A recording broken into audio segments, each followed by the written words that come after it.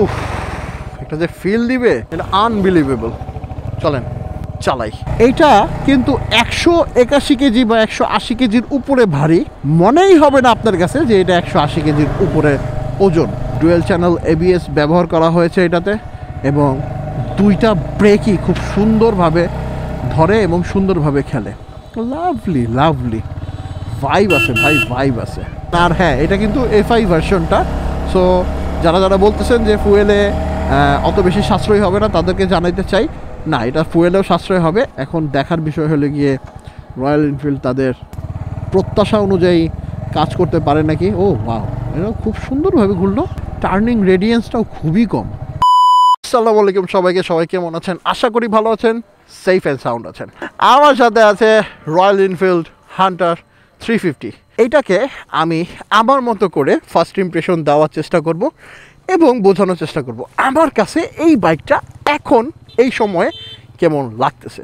এখান দিয়ে দেখলে এই বাইকটা এরকম একদম ঠিকঠাক বাইক, এবং সবাই স্পেসিফিকেশন সম্পর্কে জানেন, আমি ধারণাই করতেছি।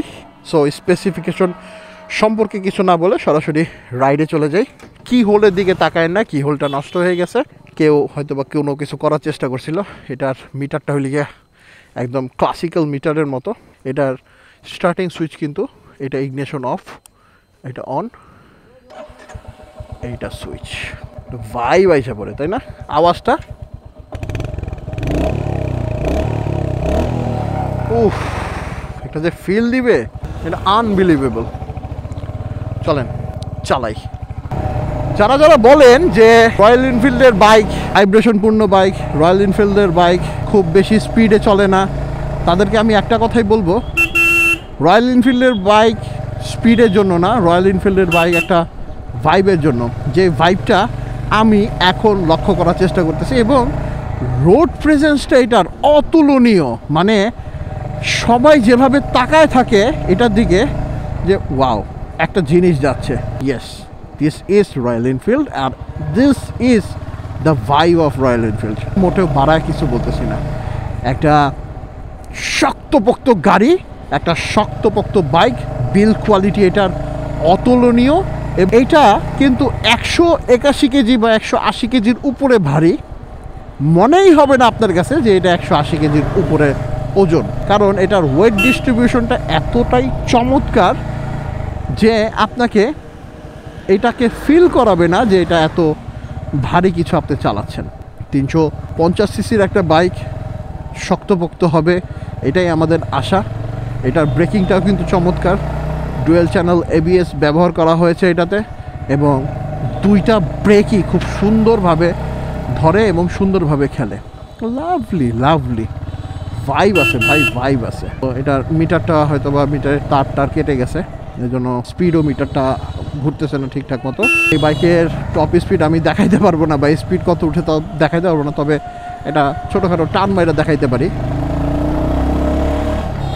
টর্কি একটা বাইক তো দেখা গেছে আপনি খুব সুন্দরভাবে টান মেরে এদিক সেদিক যেতে পারবেন এবং ম্যানিউভার করতে পারবেন খুব ভালোভাবে। এটা টর্ক পাওয়ারটা মনে হয় 22-এর কাছাকাছি বা 20-এর উপরে। সো দ্যাট ইয়েস, আর ছোটোখাটো গাড়ি ম্যানিউভার করতে সুবিধা হবে আপনার, এবং আপনি খুব সুন্দরভাবে এ পাশ থেকে ও পাশ চলে যেতে পারবেন খুব ইজিলি। ও 60-70-এর মতো উঠা যায় একটা বাড়িতে। মানে একটা ভাইব আছে ভাই, একটা ভাইব আছে। Heavy heavy heavy heavy heavy heavy heavy heavy heavy heavy heavy আপনাকে নিয়ে টান দিবে ও, বুঝছেন? আপনাকে নিয়ে টান দিবে। ব্যাপারটা চমৎকার লেভেলের সুন্দর, চমৎকার লেভেলের। আমি তো থার্ড গিয়ারের উপরে বাইকটা চালাইতে পারি নাই, কারণ এটা থার্ড গিয়ারের উপরে আর চালানো যাচ্ছে না। আর হ্যাঁ, এটা কিন্তু FI ভার্সনটা। সো যারা যারা বলতেছেন যে ফুয়েলে অত বেশি সাশ্রয়ী হবে না, তাদেরকে জানাইতে চাই না, এটা ফুয়েলেও সাশ্রয় হবে। 30 থেকে 35 ঢাকা সিটির মধ্যে, এবং বাইরে বা হাইওয়েতে এটা আপনি 38 থেকে 40-এর মধ্যে পাওয়ার সম্ভাবনা থাকে, বা আমার কাছে মনে হয় সুন্দরভাবে চালালে আপনারা ইজিলি এই মাইলেজটা গেইন করতে পারবেন। এক একজনের রাইডিং স্টাইল এক এক রকম। আচ্ছা ঘুরাই, এভাবে করেন না বাবা, অনেক খারাপ করেন আপনারা। সো এই যে এদের কারণে অ্যাক্সিডেন্ট হয়। সো যেটা বলতেছিলাম, মাইলেজটা হলে কি আপেক্ষিক ব্যাপার। মাইলেজ এক এক সময় বাড়তে পারে, এক এক সময় কমতে পারে। এটা ডিপেন্ডস অন আপনি কীভাবে রাইড করতেছেন। আমি যদি এই যে এভাবে রাইড করতে থাকি তাহলে মাইলেজ কম পাবো, আবার যদি সুন্দরভাবে রাইড করি তাহলে মাইলেজ আরও বেশি পাবো। এটাই হলে গিয়ে নিয়ম। সো দ্যাট মাইলেজটা আসলেই সম্পূর্ণ আপেক্ষিক ব্যাপার, এবং মাইলেজ নির্ভর করবে হলে গিয়ে আপনার রাইডিংয়ের উপরে। এটা বারবার বলতেছি কারণ এটা বারবার মনে করায় দেওয়ার মতোই কাজ। এখন ফার্স্ট ইমপ্রেশন ভিডিওতে আমাকে অনেকে বলেন যে ভাই এটা মাইলেজ কত দেয়, ভাই এটা টপ স্পিড কত। ভাই ফার্স্ট ইমপ্রেশনে টপ স্পিড দেখা যায় না, ফার্স্ট ইমপ্রেশনে মাইলেজ কত বোঝা যায় না, কারণ চালাইতেছি মাত্র 10-15-20 মিনিটের জন্য। তো আমার মনের ভাবটা প্রকাশ করতে পারতেছি আমি, বা আমি মনের ভাবটা প্রকাশ করব আমি এই ভিডিওতে। ফার্স্ট ইমপ্রেশন ভিডিওতে কাউকে জিজ্ঞেস করবে না এটা মাইলেজ কতটুক দিচ্ছে বা এটা টপ স্পিড কত দেয়, কারণ এইরকম ব্যাপারটা আসলে বোঝা যায় না। এবং আমার টপ স্পিড একরকম হইতে পারে, আরেকজনের টপ স্পিড আরেক রকম হইতে পারে। সো একজনের টপ স্পিড আরেকজনের টপ স্পিডের সাথে মিলাতে পারবেন না। মাইলেজটাও একই ধরনেরই ব্যাপার স্যাপার। একজনের মাইলেজ কম বেশি দিলে আরেকজনের মাইলেজ বেশি কম দিলে কারোর সাথে কারো মিলাতে পারবেন না, কারণ ওজনের একটা ব্যাপার থাকে, ম্যানিউভারের একটা ব্যাপার থাকে, চালানোর স্টাইলের একটা ব্যাপার থাকে, রোড কন্ডিশনের একটা ব্যাপার থাকে, আরও নানাবিধ কিছু ব্যাপার স্যাপার থাকে মাইলেজ কম বেশি হওয়ার ক্ষেত্রে। সো দ্যাট এটা হলে গিয়া সম্পূর্ণই আপেক্ষিক ব্যাপার। আরেকটা ব্যাপার কি জানেন, আরেকটা ব্যাপার, এই গাড়িটা শক্তপোক্ত ভারী হওয়ার কারণে এই গাড়ি দিয়ে আপনি সুন্দরভাবে যাতায়াত করতে পারবেন, এই গাড়ি দিয়ে আপনি সুন্দরভাবে ম্যানিউভার করতে পারবেন। হ্যাঁ, এইটার রোড প্রেজেন্স মাই গুড গড, যেখান দিয়ে যাচ্ছি মানুষজন তাকায় আছে। হ্যাঁ, আমি আজকে আমার ফার্স্ট ইমপ্রেশনটা সবচাইতে বাজে হচ্ছে, কারণ আমি ওভার দ্য মুনে আছি এবং আমি আবেগে আপ্লুত। এই বাইকটা হাতে পেয়ে ফখরুল ভাইয়ের মাধ্যমে এই বাইকটা আমি হাতে পেয়েছি, থ্যাঙ্কস টু ফখরুল ভাই। এটা চেইন স্প্রকেট, মানে চেইনটা মনে হয় একটু লুজ আছে, চেইনটা একটু টাইট দিতে হবে। সো দ্যাট ইয়েস, দেখছেন মানুষজন তাকায় থাকে। ভাই একটা ভাইব আছে, এটাই একটা ভাইব আছে, সুন্দর একটা ভাইব। সো এই ভাইবের কারণে হলেও একবার না একবার জীবনে রয়্যাল এনফিল্ড কিনা আপনার দরকার। রয়্যাল এনফিল্ডের ক্লাসিক বাইকটা যে কবে হাতে পাবো এটা নিয়ে আমার হাত চুলকেতেছে, এবং এই বাইকটা চালানোর পরে আমার ক্ষুধাটা আর একটু বেড়ে গেল রয়্যাল এনফিল্ডের প্রতি।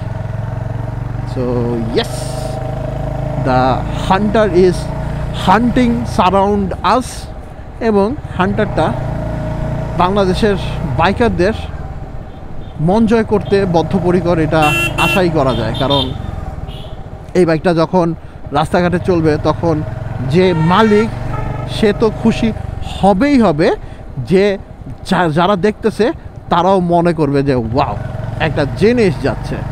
ওই যে বাইকার ভাইটা বললো অপোজিট সাইডে যে এই দেখ রয়্যাল এনফিল্ড।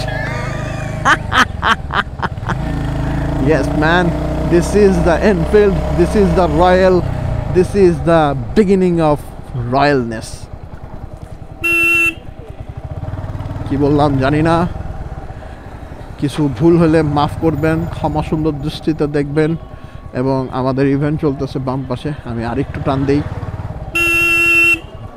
সো দ্যাট আমি আরেক কিছুক্ষণ আপনাদের সাথে থাকতে পারবো, বিধায় আমি একটুখানি টান দিলাম। এটা একটা ভাইব আছে। হ্যাঁ, আমি সুইচের কোয়ালিটি কিছু দেখাইলাম না, কারণ ফার্স্ট ইমপ্রেশনে এগুলা দেখানো যায় না, বা দেখালেও ক্ষতি নেই। এই যে সুইচের কোয়ালিটি, এটা ইগনিশন সুইচ, অন স্টার্ট, এটা পাসিং লাইট, এটা হলে গিয়া ইন্ডিকেটর, এটা হলে গিয়া পাস।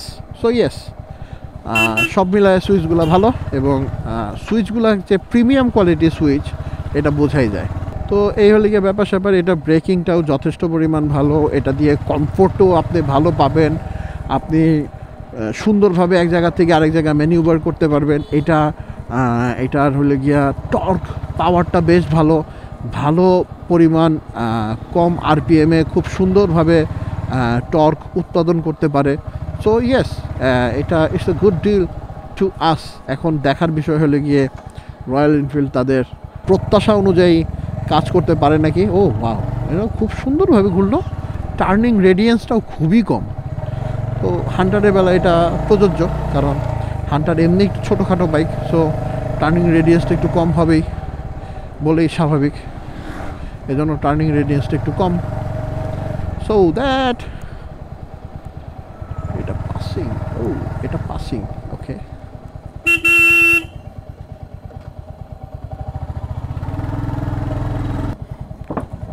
ও রয়্যাল রয়্যাল একটা ভাব আছে। এটা কিন্তু 181 কেজি ওজন, সো ওজনদার দামদার একটা বাইক।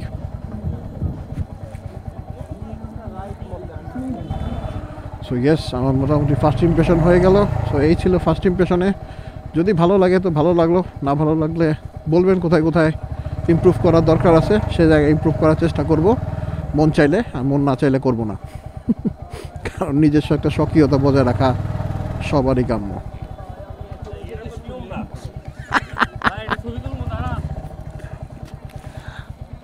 আইতাছি।